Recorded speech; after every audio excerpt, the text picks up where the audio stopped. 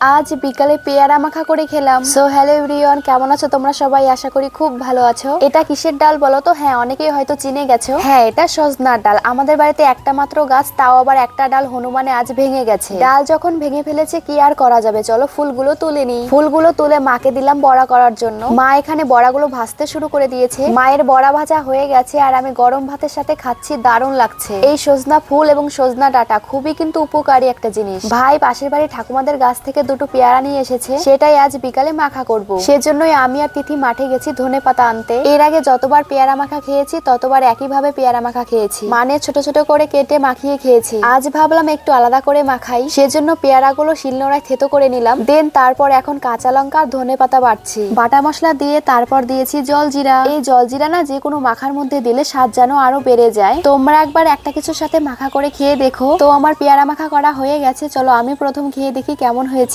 আমার কাছে তো ভালোই লাগলো, এবার চলো বাকিরা খেয়ে কি বলে সেটাই দেখি। তো ভিডিওটা কেমন লাগলো জানিও, দেখা হচ্ছে পরবর্তী কোনো ভিডিওতে।